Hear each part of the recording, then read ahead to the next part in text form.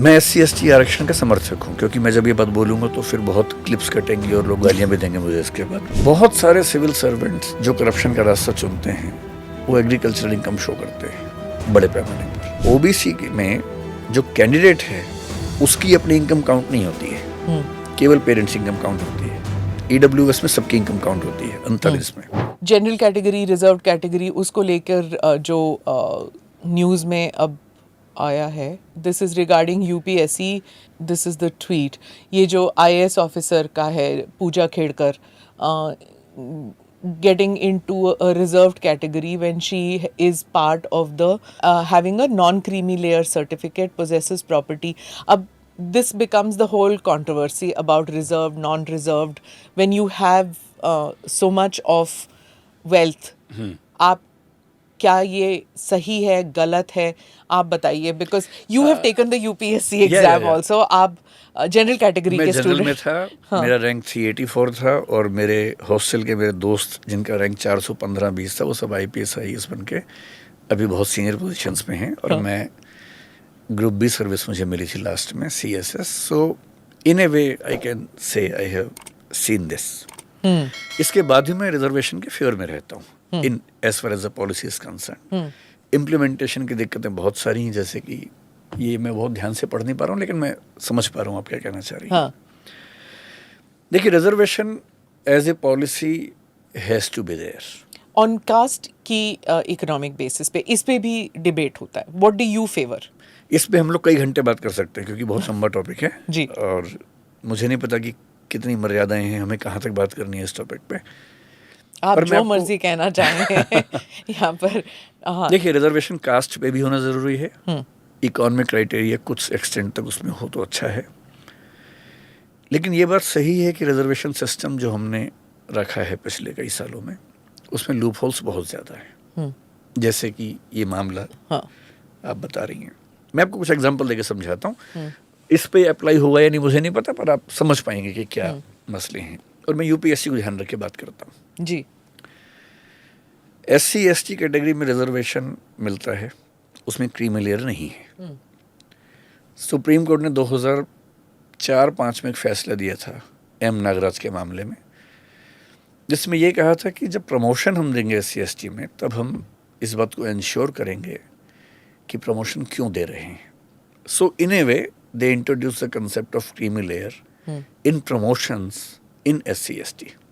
Otherwise वहाँ अभी creamy layer नहीं है। इसका मतलब क्या है? मैं SC/ST आरक्षण का समर्थक हूँ, क्योंकि मैं जब ये बात बोलूँगा तो फिर बहुत क्लिप्स कटेंगी और लोग गालियाँ भी देंगे मुझे इसके बाद, पर मैं उनसे पहले तैयार रहता हूँ। अब मैं इतना अभ्यस्त हो चुका हूँ कि मुझे फर्क पड़ना बंद हो गया उसका। The truth has to be there. Absolutely. मैं एक ऐसी फैमिली को जानता हूँ पर्सनली जी, जिसमें फादर IAS थे, मदर भी एक बहुत बड़ी पोजीशन पर थी, 3 बच्चे, तीनों सिविल सर्वेंट्स हैं, या IAS हैं या IPS हैं। उनके स्पाउसेस भी IAS IPS हैं। हाँ, कन्वीनियंट। अब मैं ये नहीं समझ पा रहा कि इस फैमिली को, अगली जनरेशन को SC/ST का रिजर्वेशन क्यों मिलना चाहिए। मैं नहीं समझ सकता।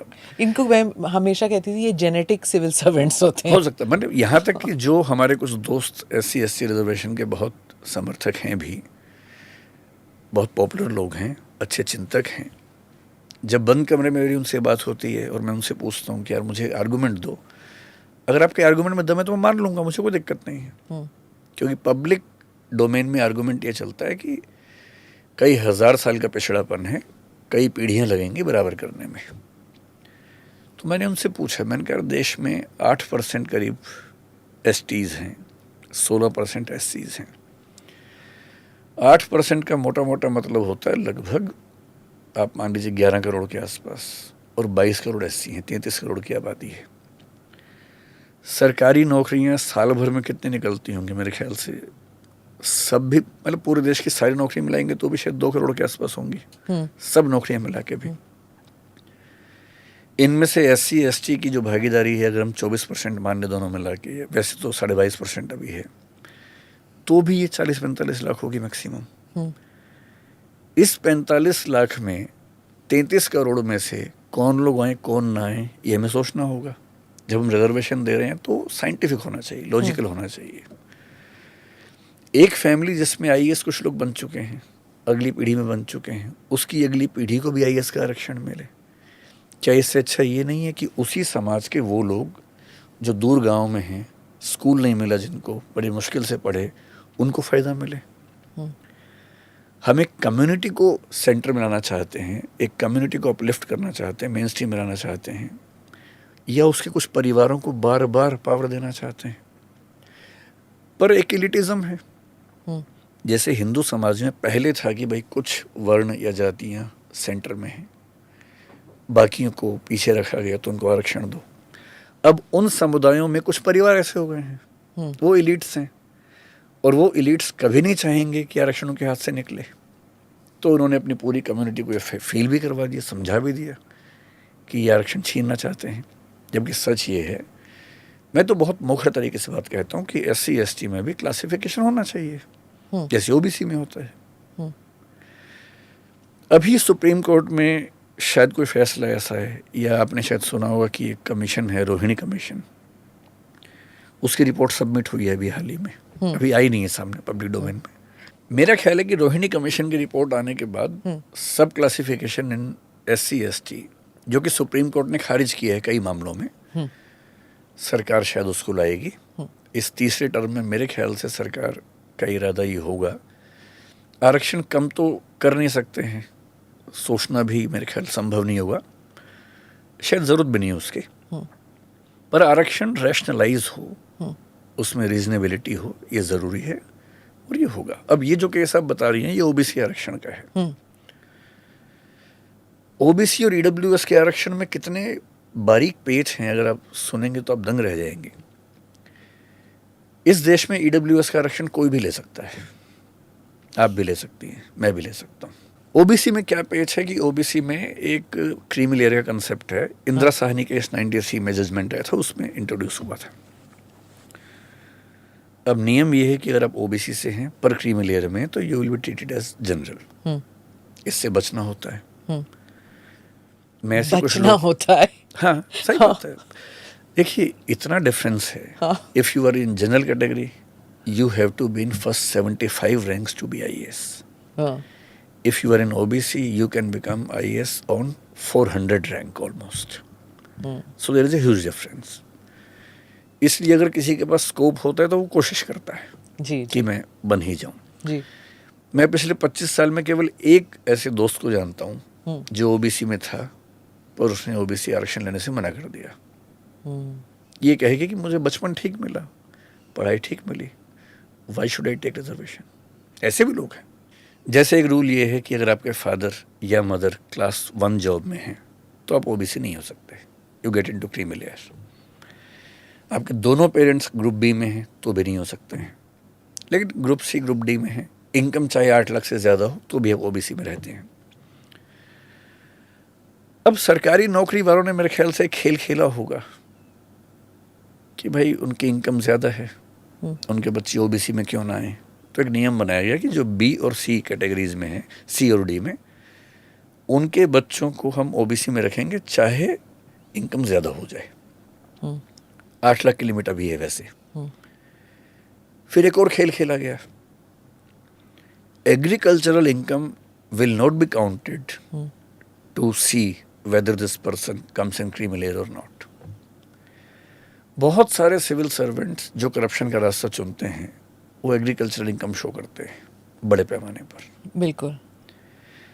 अब देखिए पेज क्या है, OBC में जो कैंडिडेट है उसकी अपनी इनकम काउंट नहीं होती है, केवल पेरेंट्स इनकम काउंट होती है। EWS में सबकी इनकम काउंट होती है 39 में। एक एग्जांपल लेते हैं, मान लीजिए कि मेरे फादर IAS ऑफिसर हैं और रिटायर होने वाले 2 साल बाद। मैं OBC में आता हूँ, लेकिन मुझे मिलेगा नहीं आरक्षण क्योंकि मेरे फादर क्लास 1 जॉब में है। उन्होंने खूब पैसा कमा लिया है, इतना पैसा उनके पास है कि मैं उस इनकम से अपना काम चला सकता हूँ ज़िंदगी भर। बहुत सारी बिल्डिंग्स खरीद ली हैं, उनका रेंट आता है कई लाख रुपए, मान लीजिए महीने का 50 लाख रेंट आता है, एग्रीकल्चर से नहीं, बिल्डिंग से। अब मुझे आईएएस बनना है और मुझे ओबीसी का आरक्षण चाहिए। जब आप रेंट कहते हैं उसका मतलब है कि वो दिख रहा है, मतलब उस पे आप टैक्स भी दे रहे हैं, वो हाँ, सब हाँ, एकदम विजिबल है, उतना ही मैं कह उसको रहा हूँ। आप फ्रॉड नहीं कर सकते। नहीं, जो आईटीआर में है मैं उसी की बात कर रहा हूँ। हाँ, ओके, है ना, हाँ, होगा तो 10 टाइम ज्यादा। हाँ, जो आईटीआर में मैं उसकी बात उसमें कर भी रहा हूँ। आप नहीं हाँ, कर सकते नहीं कुछ। कर सकते, मैं उसी की बात कर हाँ, रहा हूँ, है ना। अब मान लीजिए मुझे आईएएस बनना है, हाँ, और मैं अपने फादर से कहूँगी पापा आईएएस बनना है, जनरल से नहीं बन पाऊंगा, ओबीसी से बनना है, तो आप सपोर्ट करो। बोलेंगे कैसे? मैं कहूँगा रिजाइन कर दो आप। रिजाइन कर दिया उन्होंने। 2 साल की सर्विस बची हुई थी, पैसा अकूत कमा चुके हैं, अब 2 साल की सर्विस है, रिजाइन कर दिया। जैसे रिजाइन किया, अब मुझ पर ये सीमा लागू नहीं होती कि मेरे फादर ग्रुप 1 जॉब में है। लेकिन अब क्या लागू होता है? आईटीआर कि मेरे फादर के पास पैसे बहुत ज्यादा हाँ, हैं, क्योंकि वो नौकरी में नहीं है। अगर उनके पास 8 लाख से ऊपर की इनकम है तो मैं ओबीसी में नहीं आ सकता। तो वो क्या कर सकते हैं? मेरे फादर और मेरी मदर अपनी सारी प्रॉपर्टीज मेरे नाम कर देंगे, गिफ्ट डीड कर देंगे। अब उन दोनों की इनकम रह गई 6 लाख रुपए साल की, मेरी होगी 60 लाख महीने की। पर ओबीसी होने के लिए मेरी इनकम क्राइटेरिया नहीं है, सिर्फ पेरेंट्स इनकम, सिर्फ पेरेंट्स की, फैमिली नहीं, सिर्फ पेरेंट्स, मेरी नहीं। So even if I am earning 50 lakh rupees per month, when I am appearing for UPSC exam, being in OBC, I am still eligible to be an OBC और candidate. Parents ये कर देंगे अपना income बेटे के नाम कर दें या बेटी के नाम कर I know. दें, रिजाइन भी कर दें, पेंशन भी गवा दें, ये सब कर पेंशन लेंगे। क्यों कमाएंगे? पेंशन तो मिलेगी उनको। नहीं 2 years नहीं, वो डिपेंड करता है कितनी सर्विस अच्छा, हो चुकी ओके, है उनकी, कितनी सर्विस, पेंशन हाँ, मिलेगी।